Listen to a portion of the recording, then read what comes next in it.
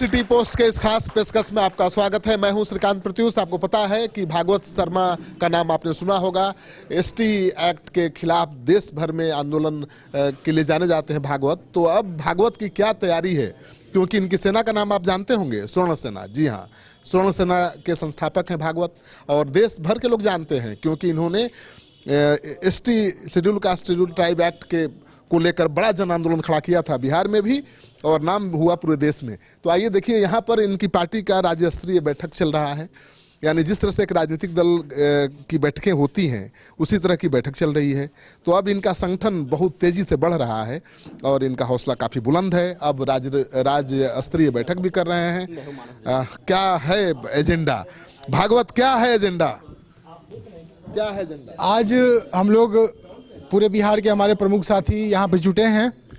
हम लोगों ने जैसे 5 सालों में निरंतर संघर्ष किया गरीब सवर्णों के आरक्षण के लिए, बहुत बड़े स्तर पे आप सभी मीडिया बंधुओं का सहयोग मिला और हमारा लोकतांत्रिक और अनुशासित जो आंदोलन था वो सफल हुआ। केंद्र सरकार ने हमारी मांगों को मांगा, लेकिन आज जो हमें 10% आरक्षण मिला है उसमें बहुत सारी खामियां व्याप्त है। जैसे केंद्र सरकार ने हमें उम्र सीमा में छूट नहीं दी है, जिससे लाखों छात्र प्रभावित हैं। इन चीज़ों को लेकर के बिहार सरकार हर साल बीपीएससी यूपीएससी की पीटी परीक्षा पास करने पे शेड्यूल कास्ट शेड्यूल ट्राइब और ओबीसी के छात्रों को 1,50,000 की प्रोत्साहन राशि देती है। इसका लाभ हमारे सवर्ण वर्ग के छात्रों को नहीं मिल रहा है। जो सरकार ने जो गरीब सवर्ण आयोग का गठन किया है उसमें इसका लाभ हमें नहीं मिल रहा है। और भी बहुत ऐसी योजनाएं हैं जिसके लिए हम लोग पुनः एकजुट हो रहे हैं। ईडब्ल्यूएस कैटेगरी के अंतर्गत जितने भी सवर्ण छात्र आ रहे हैं उन्हें बहुत सारी ऐसी योजनाएं हैं जिसका लाभ नहीं मिल रहा है। अभी बिहार सरकार ने क्या किया कि 10 लाख रुपए रोजगार के लिए देती है शेड्यूल कास्ट शेड्यूल ट्राइब और ओबीसी के छात्रों को। इसका लाभ हमारे ईडब्ल्यूएस के छात्रों को नहीं मिल रहा है, लोगों को नहीं मिल रहा है। समाज की स्थिति बहुत ही दयनीय है और सरकार एक आरक्षण का ठप्पा लेकर के लगा करके हमें सारी इन योजनाओं से, महत्वपूर्ण जो योजनाएं हैं उनसे हमें दूर रखना चाहती है। नहीं, आपकी शिकायत केवल राज्य सरकार से है या भारत सरकार, किससे है? केंद्र सरकार से भी है, राज्य सरकार, दोनों से है। जो ईडब्ल्यूएस कैटेगरी के जितने भी छात्र हैं उन्हें उम्र सीमा में छूट देना चाहिए था। आप schedule caste schedule tribe OBC के छात्रों को दे रहे हैं, हमें क्यों नहीं? हमने इन योजनाओं के लिए संघर्ष किया था, आरक्षण का सिर्फ ठप्पा लगवाने के लिए नहीं।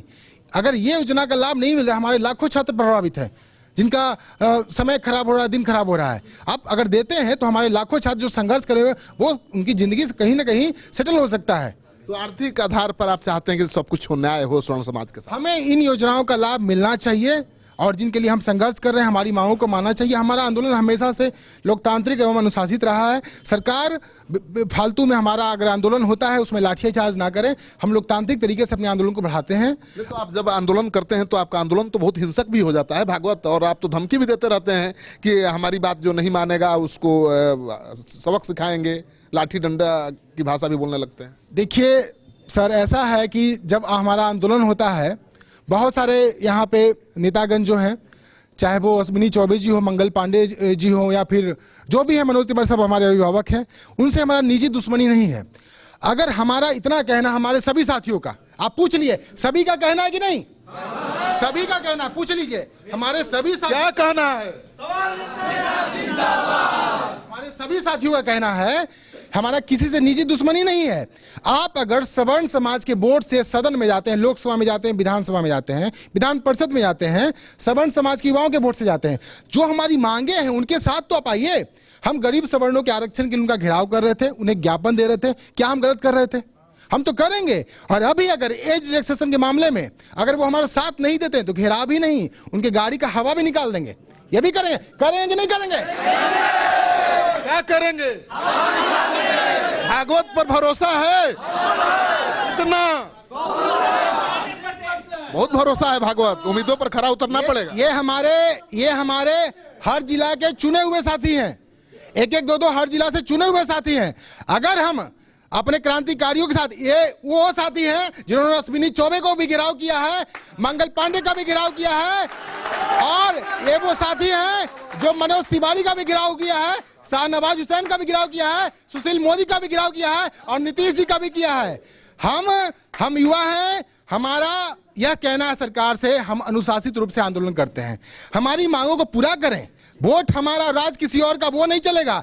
हमें इन योजनाओं का लाभ मिलना चाहिए, नहीं तो जैसे कि राजस्थान और मध्य प्रदेश में आपके विधानसभा की कुर्सी से हटाया गया था, ये वो क्रांतिकारी योद्धा हैं जो पुनः इस धरती से, पाटलिपुत्रा की इस धरती से, इस श्री कृष्ण बाबू की धरती से, इस वीर कुंवर सिंह की धरती से हम लोग पूरा अनुशासित रूप से आंदोलन का आगाज करने जा रहे हैं। और आज वह शुभ दिन है जिस दिन से हम आंदोलन की शुरुआत कर रहे हैं। और अनुशासन की बात बहुत करते हैं कि अनुशासित ढंग से, लेकिन उतरते हैं तो पूरा लठैत बन जाते हैं। कहीं भी हमारा उद्देश्य कभी पब्लिक को परेशान करना नहीं रहा है। आप कहीं भी दिखा दीजिए, सरकार को परेशान तो करते ही हैं आप। सरकार को क्यों नहीं, हमारा आंदोलन लोकतांत्रिक, हम क्यों नहीं परेशान करेंगे।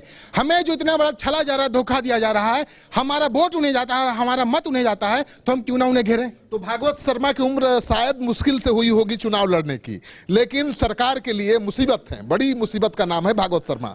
यहाँ पर इनका राज्य स्तरीय सम्मेलन चल रहा है, बैठक चल रहा है, इनके साथी भी यहाँ पर बैठे हैं, बात करते हैं। कितनी उम्मीद है भागवत शर्मा से?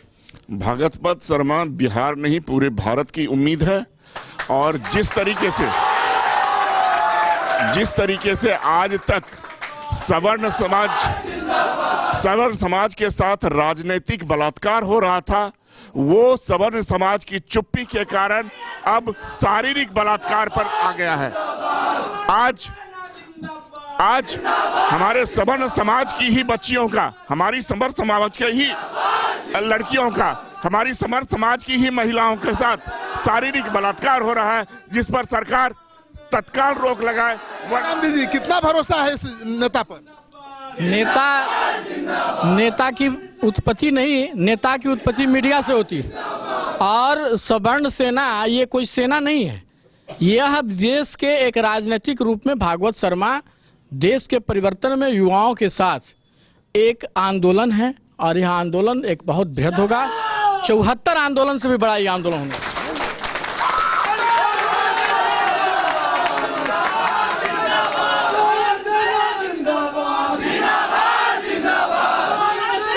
तो आपने देख लिया कितना जोश खरोश है भागवत शर्मा के कैडर में, और यही जोश खरोश जब भागवत शर्मा आंदोलन का ऐलान करते हैं तो सड़क पर भी नजर आता है, और ऐसा जोश खरोश नजर आता है जिससे सरकार परेशान हो जाती है, सरकार डर जाती है।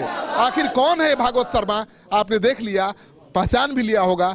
आप कमेंट बॉक्स में जाइए और भागवत शर्मा के इस आंदोलन के बारे में अपना कमेंट जरूर लिखिए। देखिए पीछे है भागवत शर्मा की टीम, और यहाँ पर राज्य स्तरीय सम्मेलन चल रहा है, बैठक चल रहा है, और इस बैठक में एक बड़े आंदोलन की रूपरेखा तैयार करने में भागवत शर्मा जुटे हैं। वो आंदोलन क्या होगा अभी उसका खुलासा इन्होंने नहीं किया है, लेकिन इनके पहले के आंदोलन का स्वरूप आप देख चुके हैं। आरक्षण को लेकर या एसटी एक्ट को लेकर जो ये आंदोलन किए हैं, उस आंदोलन को शायद ही कोई भूल पाएगा।